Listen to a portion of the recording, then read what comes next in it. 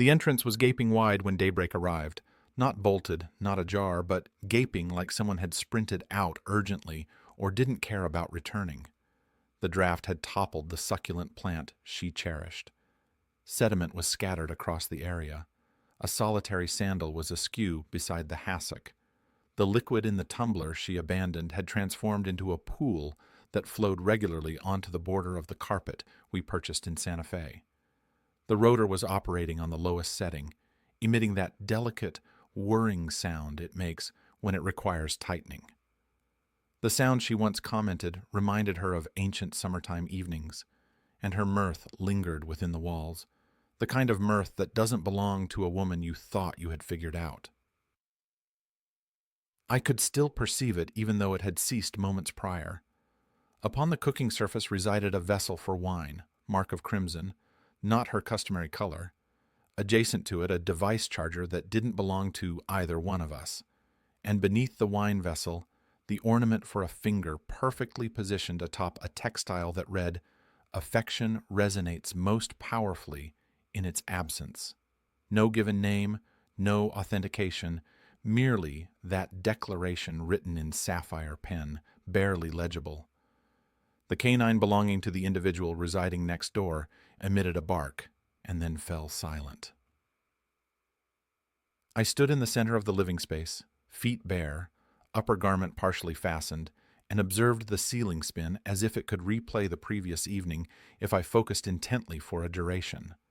I replayed every event. Her articulating she required solitude. Her articulating it was merely a weekend getaway. Her baggage already prepared in the hallway before I even concurred. The companions I had never been introduced to. The manner in which she hesitated prior to embracing me in farewell, as if she was unwilling to deceive, yet also unwilling to disclose the facts. 3 nocturnal periods. She stated she'd return on Monday by midday, but now it was Sunday at daybreak, and the tranquility within the dwelling had already altered in hue, and I hadn't received communication from her since the day before yesterday. My cellular device vibrated, obstructed identifier. No oral communication, solely a written communication. It was never intended for you to discover it this manner. That's when I descended to the floor directly beside the succulent plant, with sediment pressing into my palms, because I ultimately comprehended what I was observing. This wasn't an oversight. This was a departure. And I was the sole individual who hadn't recognized we'd reached the conclusion of something I thought was still in progress. What I didn't comprehend at that juncture was her excursion wasn't a liberation. It was a handover, and I had inadvertently stumbled into the subsequent gathering.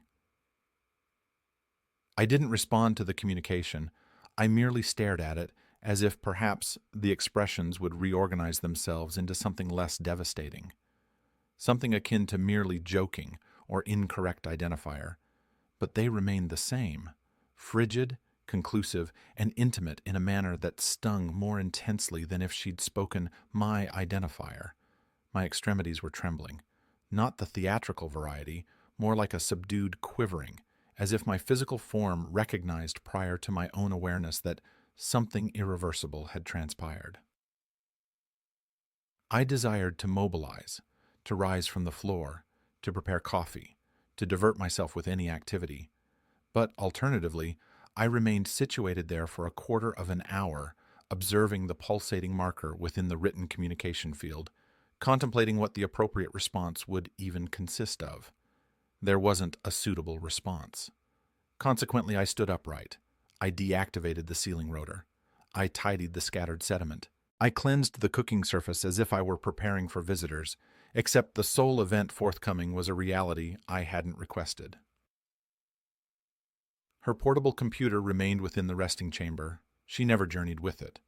Asserted it was her home intelligence, and she favored disconnecting while she was away. I formerly admired that attribute. Now I recognized it was possibly because she possessed an additional device about which I was unaware for her authentic existence. Nonetheless, I opened the cover. The entry display flickered. I inputted her customary passphrase, the identifier of our former feline. It was successful, and that's when I discovered it.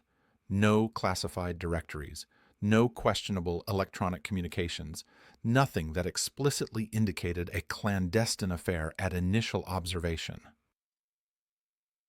However, the web browsing chronology, that's where everything disintegrated. There was a tab still active, a document sharing platform, fundamental configuration, no emblem, solely a login and an alert symbol. One recent document, Sunday morning. Conclusive. I selected it, and I affirm the instant the visual communication commenced, something within me fractured so cleanly that I didn't even perceive it at first. There she was, Willow, situated on the rim of a lodging establishment, sleeping surface in a covering I didn't recognize, holding a vessel for wine, expressing mirth, but not in isolation. A male individual was situated off-camera, conversing. She was expressing a grin in a manner I hadn't observed in several years, not since our formative period. Rosy cheeks, authentic warmth, illuminated ocular organs, and subsequently she articulated something that caused the base of my stomach to plummet. She articulated, "Theo will never depart. That's the essence of Julian. He remains." Even when it's devoid of vitality, the male individual expressed mirth. She expressed even greater mirth. Subsequently, the camera shifted sufficiently enough to capture his reflection within the looking glass. I didn't recognize him. Elongated, impeccably groomed. Where's my covering for bathing? My covering for bathing. It wasn't merely infidelity, it was derision. It was solace in her betrayal, familiarity. This wasn't recent. This wasn't an isolated occurrence. They possessed thorough knowledge of one another, and they possessed even greater knowledge of me. The visual communication concluded with her raising her vessel and articulating, "To emancipation." I forcefully closed the portable computer and entered the lavatory. I didn't express tears, not at that juncture, but I observed myself within the looking glass and recognized something terrifying. I possessed no comprehension of who she'd evolved into, and even more alarming, I possessed no comprehension of when she evolved into it. The written communication wasn't from her. I recognized that at this juncture. It originated from him. The male individual in the covering for bathing. He desired for me to possess knowledge, possibly culpability, possibly gloating. I didn't have regard. All I recognized was she didn't anticipate me witnessing it. And once I did, nothing could revert to its prior state. Not the finger ornament, not the seating arrangement we selected jointly, not even the atmospheric conditions within the dwelling, and certainly not me.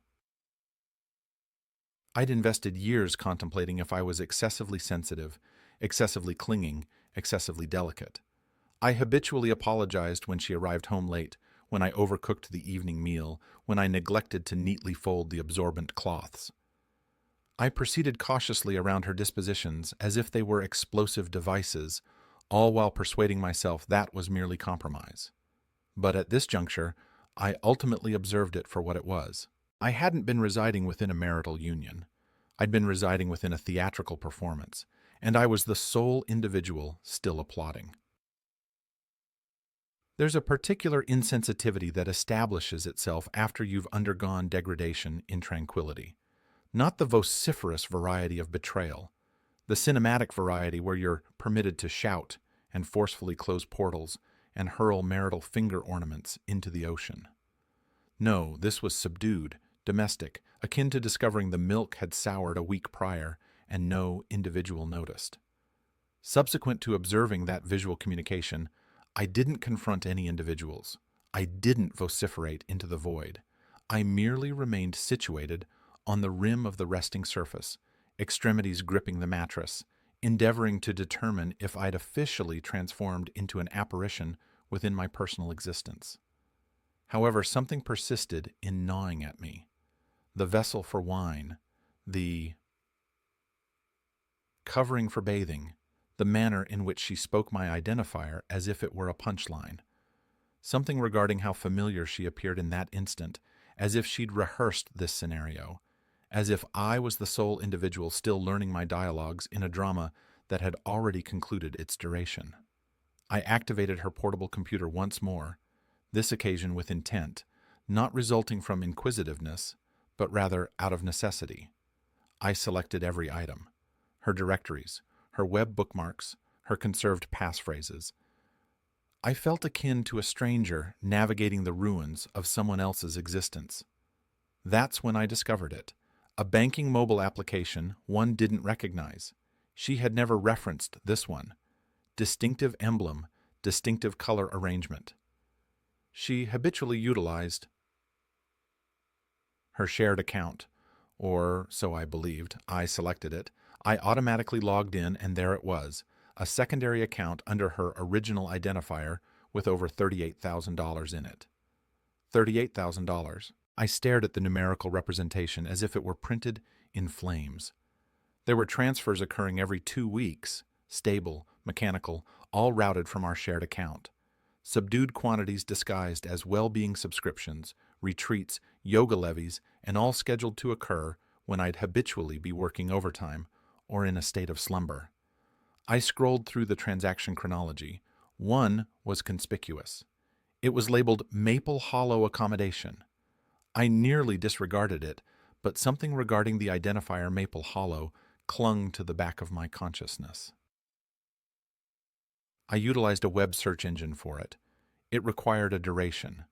No direct matches, but subsequently I discovered it buried within a travel journal from 2 years prior. A secluded cabin, devoid of a website, devoid of social media. You were required to be acquainted with an individual to reserve it. Apparently she was acquainted with the individual, and she'd been present there numerous times with him. It was merely a 2-hour drive. I informed myself I wasn't journeying there to locate her. I wasn't going to apprehend her in the act. I wasn't going to vociferate. I was going to observe it. The location where she smiled distinctively, where she proposed a toast to my absence. Consequently, I drove, didn't even prepare baggage, merely took the pickup truck and an ancient thermos of frigid coffee. The closer I came, the more peculiar the routes became. Sediment, subsequently gravel, subsequently merely emptiness. Devoid of signage, merely what was pressing in on either perimeter, as if a secret was endeavoring to remain concealed. Subsequently, I observed it nestled between 2 arboreal structures, as if it didn't desire to be discovered. A compact A-frame cabin with a crimson portal and a vehicular conveyance within the driveway. Not her vehicular conveyance, his vehicular conveyance. I didn't disembark. I didn't desire to disembark. My entire physical form transitioned into a state of frigidity, not trepidation, merely emptiness, as if something within me had disembarked initially. But through the window pane, I could observe movement.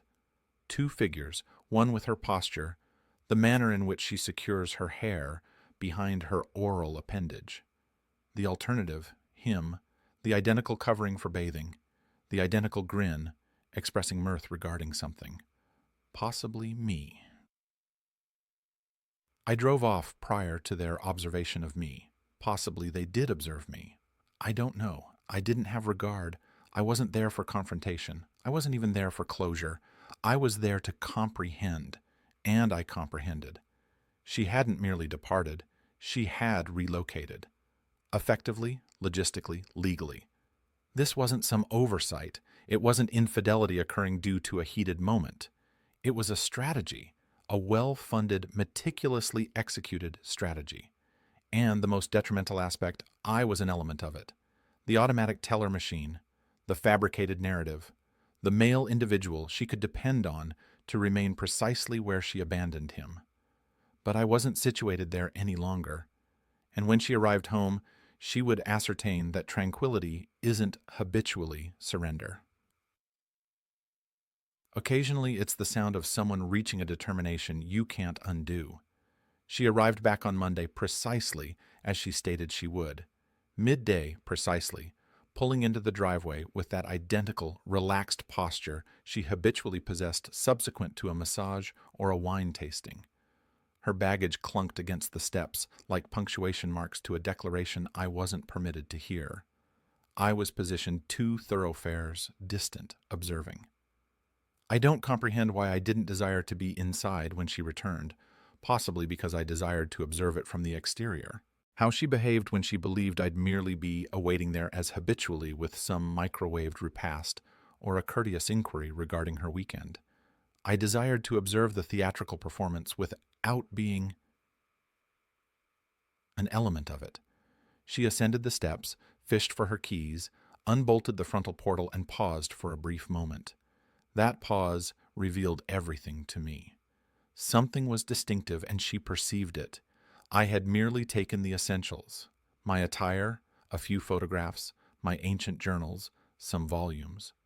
I ensured to leave the furniture precisely where it had been. The culinary utensils were cleansed, the window coverings drawn, everything was immaculate, unnaturally so. And yet, the dwelling felt more frigid. I observed her standing in the portal. She didn't vociferate my identifier. She didn't inspect her cellular device. She merely stood there tranquil, still, as if she was listening for something. Some vestige of me still reverberating within the walls, but I had erased it all, meticulously, quietly. That's when I ultimately disembarked from the pickup truck and commenced journeying toward the dwelling. I didn't comprehend what I was going to articulate. I wasn't prepared for a conflict. I didn't even desire one. I was merely weary of feigning. I didn't comprehend who she genuinely was. When I stepped onto the veranda, she was situated at the dining table. Her baggage remained by the portal, unopened. She hadn't even removed her outer garment. The finger ornament, the one she'd abandoned by the appliance for culinary utensil cleansing, was on her diminutive digit at this juncture, slipped on clumsily, excessively loose, as if she wasn't certain which digit it had formerly belonged to. She gazed upward, not astonished, not enraged, merely calculating. "You relocated," she stated, voice devoid of emotion. I didn't respond immediately. I merely observed her. This woman with whom I'd shared a sleeping surface expressed tears, formulated strategies. She felt akin to a stranger donning someone I formerly held in affection. "You fabricated," I stated softly. Not an accusation, a declaration. She didn't refute it, didn't even recoil. "How much knowledge do you possess?" she inquired. "Adequate to depart," I replied. Her mandible tightened. She tapped the table once with her fingernail. The auditory stimulus reverberated. I could discern she wasn't prepared for this iteration of me, the one who didn't implore, who didn't yield. She had constructed an entire narrative encompassing my predictability, my passivity, and I had merely stepped beyond it. "You weren't going to articulate anything," she murmured. I contemplated possibly we could merely feign.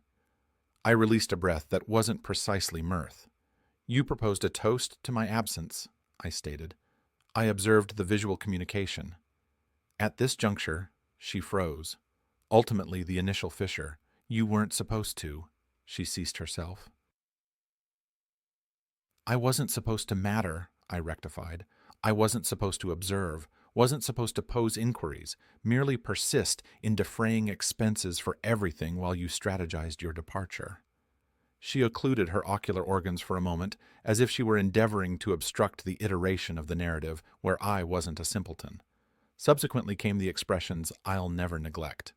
I contemplated you'd remain even subsequently. That's when I recognized it wasn't culpability she experienced. It was disappointment. Not because she'd been apprehended, but because I didn't adhere to the written work. She stood upright, stepped toward me. "We could deliberate regarding this. There's still duration too," she said. "No," I interrupted. "There was duration, and you expended it with someone alternative." She stared at me, silent. Her oral appendages quivered, not resulting from sorrow, but rather resulting from frustration. Her strategy had unraveled, not because I fabricated a spectacle, not because I sought retribution, but because I merely departed, and she possessed no comprehension of what to do with that. I rotated and journeyed toward the portal.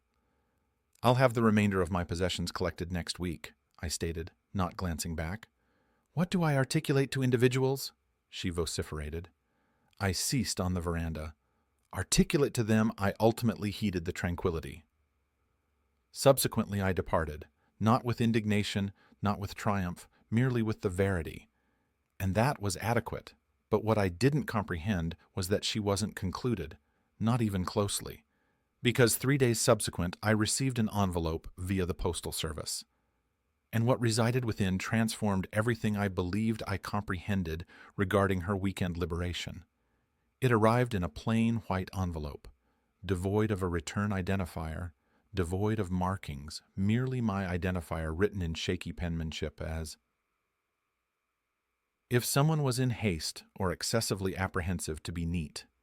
I nearly discarded it, contemplating it was another debt consolidation advertisement or some questionable offer from a real estate speculator endeavoring to acquire the dwelling I'd already abandoned.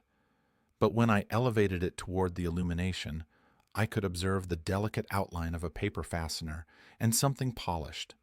Photographs. I unfastened it meticulously, partially anticipating a court directive or some legal nonsense, possibly even a conclusive insult from Willow. It wasn't from her, not directly. Residing within were 6 visual representations printed with a matte completion, devoid of a digital watermark, devoid of a filter, devoid of brilliance, merely crude, grainy snapshots that appeared as though they were captured from behind a shaded vehicular window pane or through a constricted fissure within a portal. And they all possessed one common attribute: her, Willow. But not with the male individual I believed I possessed knowledge of, not with the disreputable individual from the visual communication. This was someone alternative entirely, more advanced in years, thinning hair, familiar somehow, though I couldn't place him immediately.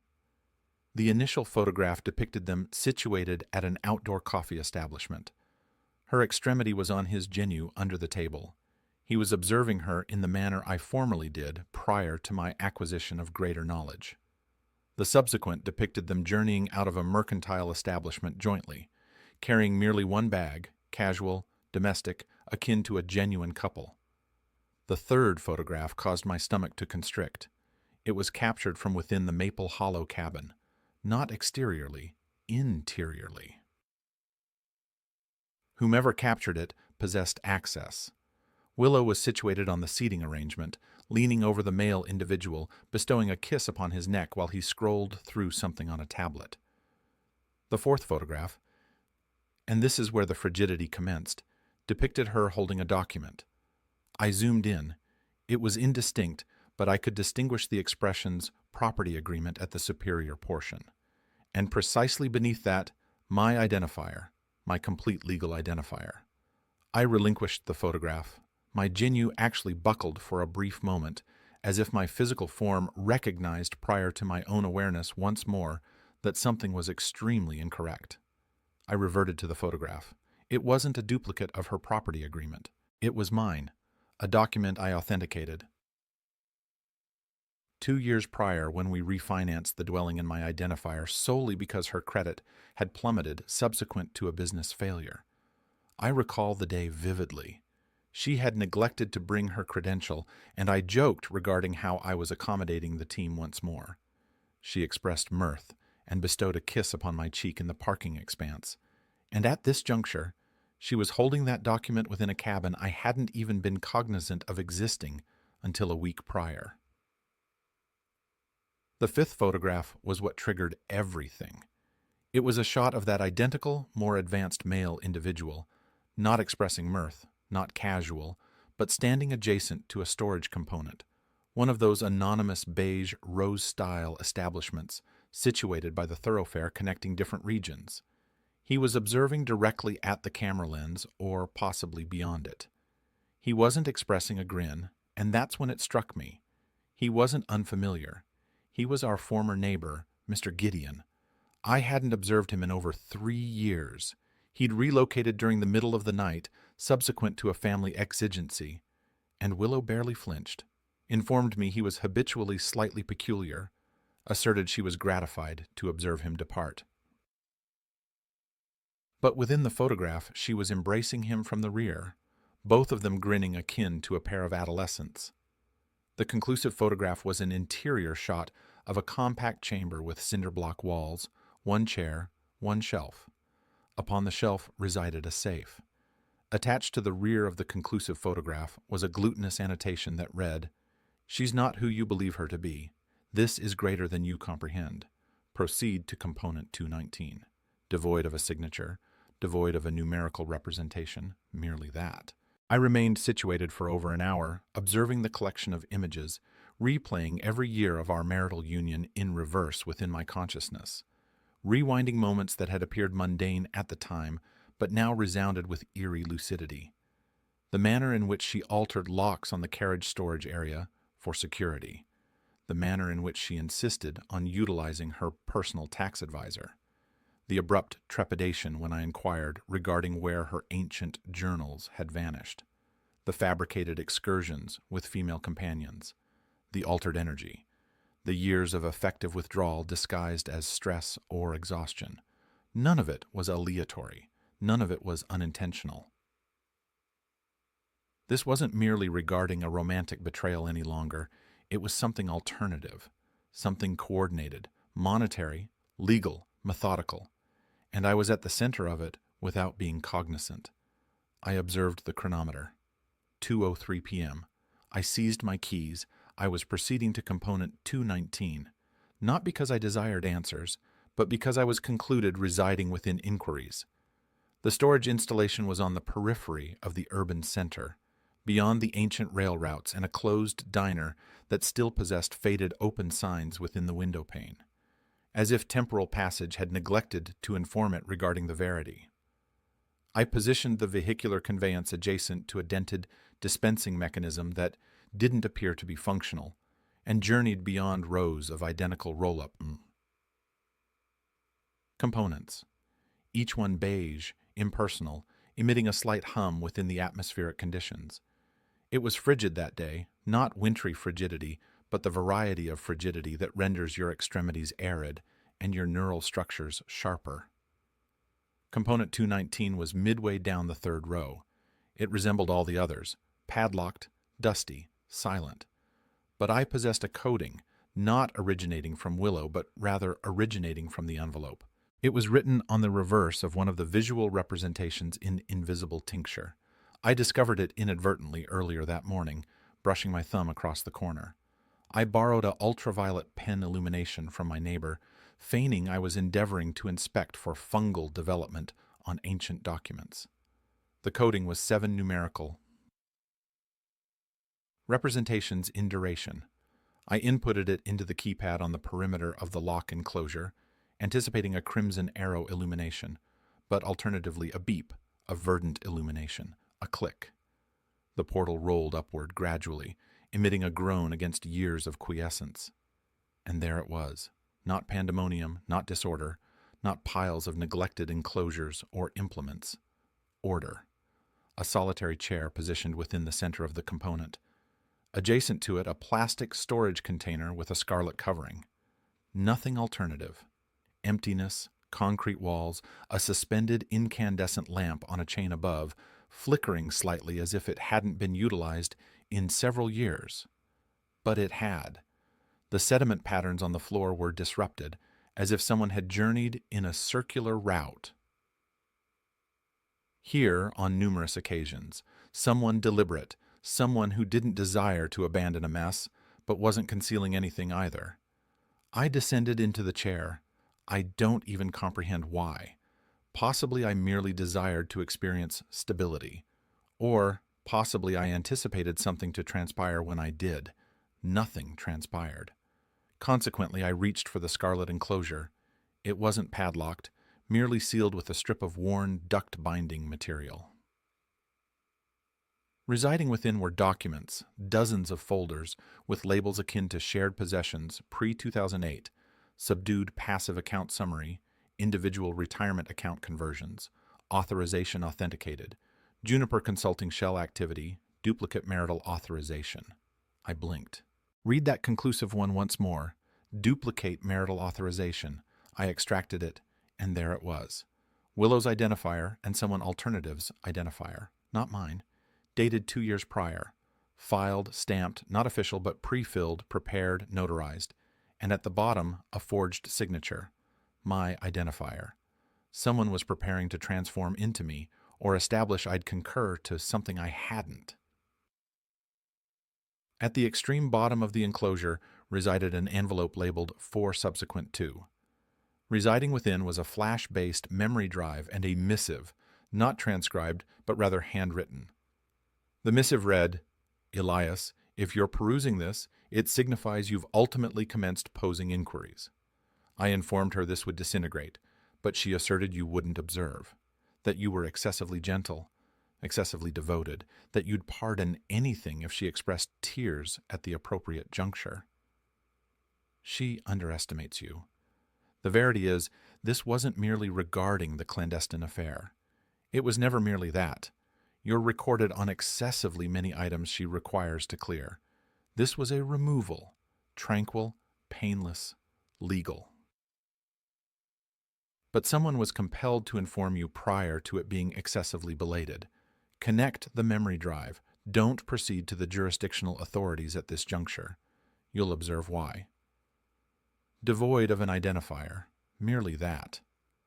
My cardiac organ was pounding audibly to the extent that it felt as if I couldn't perceive the tranquility surrounding me any longer. I pocketed the drive, replaced everything precisely as I located it, occluded the component, and padlocked it. By the temporal frame I arrived back to the pickup truck, I could barely stabilize my extremities on the rotary control. Willow wasn't merely infringing upon our commitment. She had constructed a parallel existence, and a component of that strategy encompassed phasing me out, not violently, not abruptly, merely erasing me, quietly, neatly on paper. She was preparing to establish I didn't exist in the manner I believed I did, that our marital union was a footnote, that I was a technicality, a monetary pivot she required to undo prior to her transforming into whomever she strategized to be subsequent. And that flash-based memory drive, that was the key to everything. The instant I connected it into my ancient portable computer, the display flickered once, subsequently unfastened a directory automatically, devoid of a passphrase, devoid of a prompt, merely one solitary directory named Exit Stages.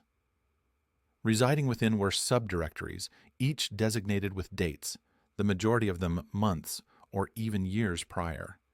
The initial one dated back to prior to our 7th anniversary. I selected the most recent. Directory. A visual communication commenced playing, and that's when everything I believed I comprehended regarding Willow, regarding us, disintegrated. She was situated at a table opposite the male individual from the earlier photographs. Not the one in the covering for bathing, the alternative male individual, Mr. Gideon, my former neighbor. But this wasn't a casual moment. It was clearly filmed intentionally with a static camera angled flawlessly. She was donning a formal jacket. Her expression was controlled, composed, as if she were providing testimony. Subsequently, she commenced speaking, not to the male individual, to the camera lens. "To whomever is observing this," she stated, "this is confirmation that the temporal sequence has been adhered to as instructed." I froze. The male individual nodded, adjusting a folder in front of him. "Do you acknowledge that the monetary transition from Elias Nathaniel Rivers is at this juncture 70% complete?" "Yes," she replied. "With the conclusive phase commencing this month, what regarding contingency coverage in the event of legal interference?" "We've shifted accounts. He's not cognizant. His conduct is still passive. Risk is subdued." My oral sensory organs were ringing. There was no affect in her vocalization. No hesitation, merely strategy. Calculation as if I were a project, a document on a rigid drive, something to phase out. The male individual leaned in slightly, "And if he resists," a pause. Subsequently she articulated, "I'll do what's necessary." I forcefully occluded the portable computer. I couldn't inhale. I stood upright, stumbling backward, knocking over the culinary seating arrangement behind me. I'd observed adequate material, more than adequate. She was strategizing to erase me from greater than merely the dwelling, from records, from accounts, from recollection. But subsequently, I observed one additional document within the directory, a portable document format. I unfastened it because something within me required the complete depiction, even if it crushed me. It was entitled Phase 4, Psychological Closure Strategy. It was a written work, a literal written work, dialogues she'd written or someone had written for her, outlining items she was supposed to articulate in order to destabilize me effectively. Dialogue points akin to, I require to locate myself. You merit someone more present. I'm merely not the identical woman any longer. Please don't render this more arduous than it is. I recollected every solitary one of them. She had articulated all of them, verbatim. I believed they were spontaneous, crude, voracious. They were rehearsed. It wasn't a severance. It was a psychological exit strategy, and I'd journeyed directly into it with receptive arms, believing I was being supportive. I descended gradually as if gravity had doubled within the chamber. Everything was inverted. All the altercations, the frigid nocturnal periods, the peculiar apologies, the abrupt overcompensation, it had all been structural design, a gradual dismantling of trust, sanity, and self. She desired for me to be confused, paralyzed, apprehensive of posing inquiries, and it was successful until at this juncture, because here I was staring down the conclusive act of a strategy I was never intended to survive intact, effectively, monetarily, or personally. But here's what she didn't comprehend. The flash-based memory drive didn't merely contain her documents. It possessed additional material. Because someone who possessed knowledge of what she was doing, had embedded a secondary directory buried profoundly within the metadata. It was labeled, "In the event he perseveres through." And what I discovered residing within that wasn't merely substantiation. It was a weapon, and the one item that could ultimately conclude all of this. I remained situated there in tranquility, extremities hovering over the alphanumeric keyboard, staring at the directory entitled, "In the event he perseveres through." That declaration, it didn't merely propose someone was rooting for me. It proposed someone believed I'd survive this scenario. I unfastened it. Residing within were 3 items: a visual communication, a portable document format, and a plain textual annotation. I selected the visual communication initially.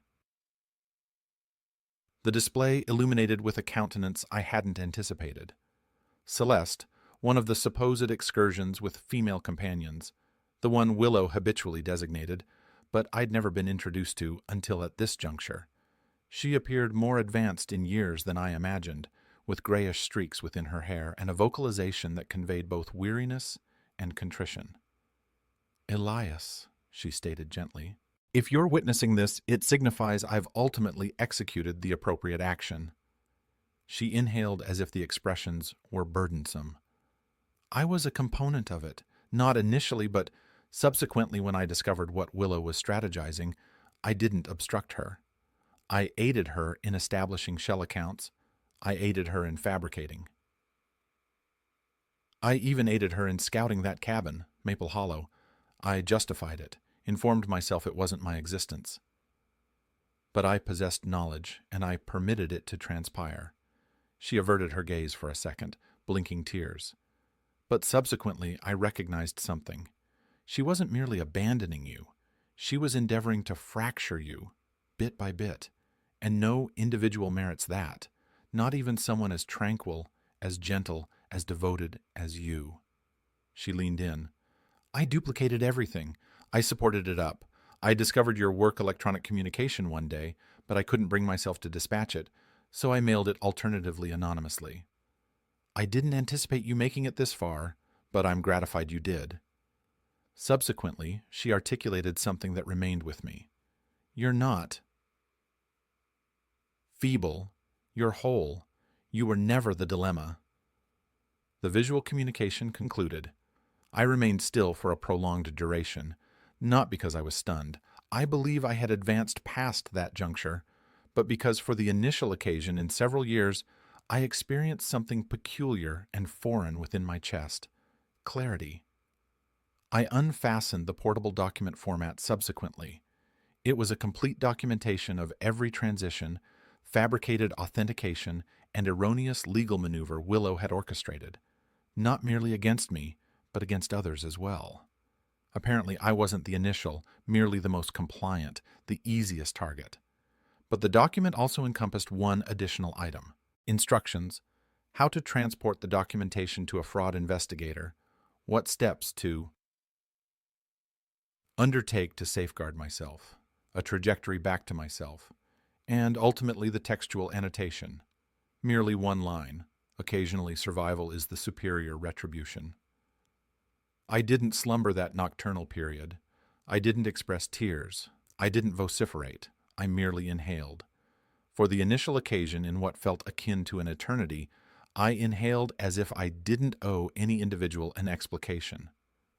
The subsequent morning, I entered a legal aid bureau with the flash-based memory drive, the photographs, the missive, and a subdued conflagration within my chest.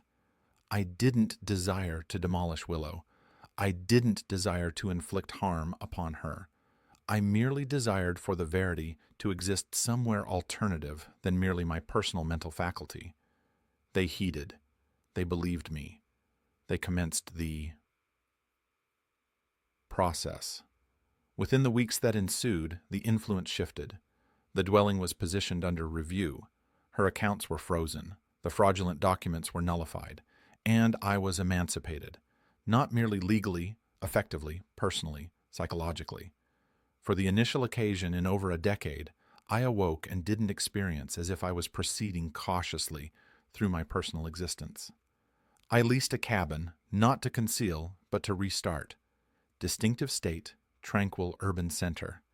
I didn't bring much with me, merely a few articles of attire, a time-worn novel I never concluded, and an ancient recording mechanism that still crackled when I utilized it. I commenced painting once more, merely for my personal benefit, substandard landscapes, disordered colors, but every brushstroke felt akin to a chapter I had reclaimed. One evening, while observing the arboreal structures sway outside the window pane, I contemplated everything. The betrayal, the manipulation, the unraveling, and I recognized something I never believed I would. I was appreciative because she departed. I located myself once more because she fabricated. I ascertained how to heed my instincts because she endeavored to erase me. I commenced to transcribe the narrative of who I genuinely am. And for the initial occasion within my existence, I didn't require her endorsement, her presence, or her authorization. I was adequate. I am adequate. And I'm still situated here, not as a victim, but as someone who ultimately recollected how to.